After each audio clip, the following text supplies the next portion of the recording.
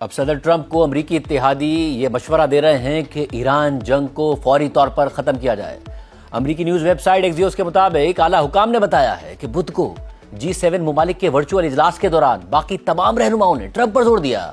کہ وہ جنگ کو جلد ختم کریں اور اسٹریٹ آف ہرمز کو جلد از جلد محفوظ بنایا جانا چاہیے، جبکہ ذرائع کے مطابق اس دوران ٹرمپ نے کہا کہ اسٹریٹ آف ہرمز کی صورتحال بہتر ہو رہی ہے اور کمرشل بحری جہازوں کو اس علاقے میں دوبارہ کام شروع کرنا چاہیے، مگر آج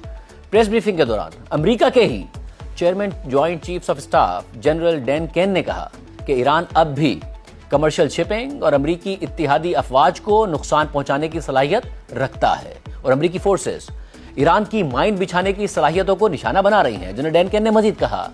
کہ اسٹریٹ آف ہرمز کی صورتحال بدستور بہتر ہو رہی ہے اور یہ ایک حکمت عملی کے لحاظ سے پیچیدہ ماحول ہے۔ اس ساری صورتحال میں مغربی میڈیا کے مطابق خود ٹرمپ انتظامیہ کے اندر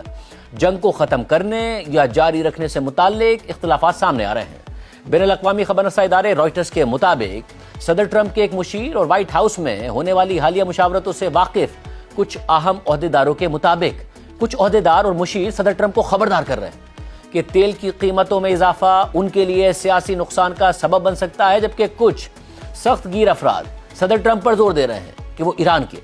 خلاف کارروائی جاری رکھیں۔ رپورٹ کے مطابق ذرائع کا کہنا ہے کہ معاشی مشیروں اور حکام نے صدر ٹرمپ کو خبردار کیا ہے کہ تیل کی قیمتوں میں اضافہ امریکہ کے اندر جنگ کی حمایت تیزی سے کم کر سکتا ہے، جبکہ صدر ٹرمپ کی چیف آف اسٹاف سوزی وائلز سمیت صدر ٹرمپ کے دیگر سیاسی مشیر بھی اسی طرح کے دلائل دے رہے ہیں اور ٹرمپ پر زور دے رہے ہیں کہ وہ اس جنگ میں اپنی فتح کی تعریفیں محدود کر دیں اور یہ پیغام دیں کہ یہ کارروائی محدود ہے اور تقریباً ختم ہونے والی ہے۔ اس کے برعکس ٹرمپ انتظامیہ میں ہارڈ لائن افراد ٹرمپ پر زور دے رہے ہیں کہ وہ ایران پر فوجی دباؤ برقرار رکھیں اور ذرائع کے مطابق ان افراد میں سینیٹر لنزی گراہم اور ٹام کاٹن جیسے ریپبلکن قانون سازوں سمیت مارک لیون جیسے میڈیا کومنٹیٹرز بھی شامل ہیں۔ رائٹرز کے مطابق اس کے علاوہ ایک تیسری قوت ٹرمپ کے عوامی حمایتی حلقے سے آتی ہے، جس میں اسٹریٹجسٹ اسٹیو بینن اور دائیں بازو کے ٹی وی کومنٹیٹر اور اینکر ٹکر کارلسن جیسے افراد شامل ہیں، اور وہ ٹرمپ اور ان کے اعلیٰ معاونین پر زور دے رہے ہیں کہ وہ امریکہ کو مشرق وسطیٰ میں ایک اور طویل جنگ میں الجھنے سے بچائیں۔ دوسری جانب امریکی نیوز ویب سائٹ ایکزیوس نے G7 اجلاس میں شامل 3 ممالک کے حکام کا حوالہ دیتے ہوئے یہ بھی دعویٰ کیا ہے کہ صدر ٹرمپ نے بدھ کو G7 ممالک کے رہنماؤں سے ایک ورچوئل اجلاس میں کہا کہ ایران سرنڈر کرنے کے بہت قریب ہے۔ رپورٹ میں یہ دعویٰ بھی کیا گیا ہے کہ ٹرمپ نے یہ اشارہ بھی دیا کہ اب ایران میں کوئی اہم حکومتی اہلکار زندہ ہی نہیں بچا جو اس سرنڈر کا اعلان کر سکے۔ ایک طرف یہ صورتحال ہے کہ ٹرمپ جنگ کے حوالے سے مسلسل متضاد بیانات دے رہے ہیں۔ کبھی یہ خبر سامنے آتی ہے کہ ٹرمپ مزید 3 سے 4 ہفتوں تک جنگ جاری رکھنا چاہتے ہیں، تو کبھی یہ خبر سامنے آتی ہے کہ ٹرمپ کے مطابق ایران سرنڈر کرنے والا ہے۔ ایسے میں اب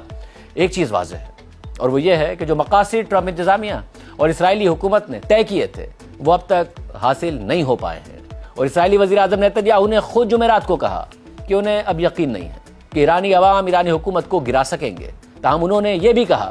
کہ اسرائیل ایسے حالات پیدا کرنے کی کوشش ضرور کر رہا ہے جن سے یہ ممکن ہو سکے۔ ایسے میں امریکی اخبار وال اسٹریٹ جرنل نے لکھا ہے کہ اس معاملے سے واقف افراد کے مطابق اسرائیلی حکام کا اب یہ اندازہ ہے کہ اب ایرانی حکومت کے فوری طور پر گرنے کا امکان کم ہے، کیونکہ ایران خود کمزور تو ہو چکا لیکن وہاں کی قیادت اب بھی کنٹرول میں ہے اور زمینی حالات ابھی کسی عوامی بغاوت کے لیے سازگار نہیں ہیں۔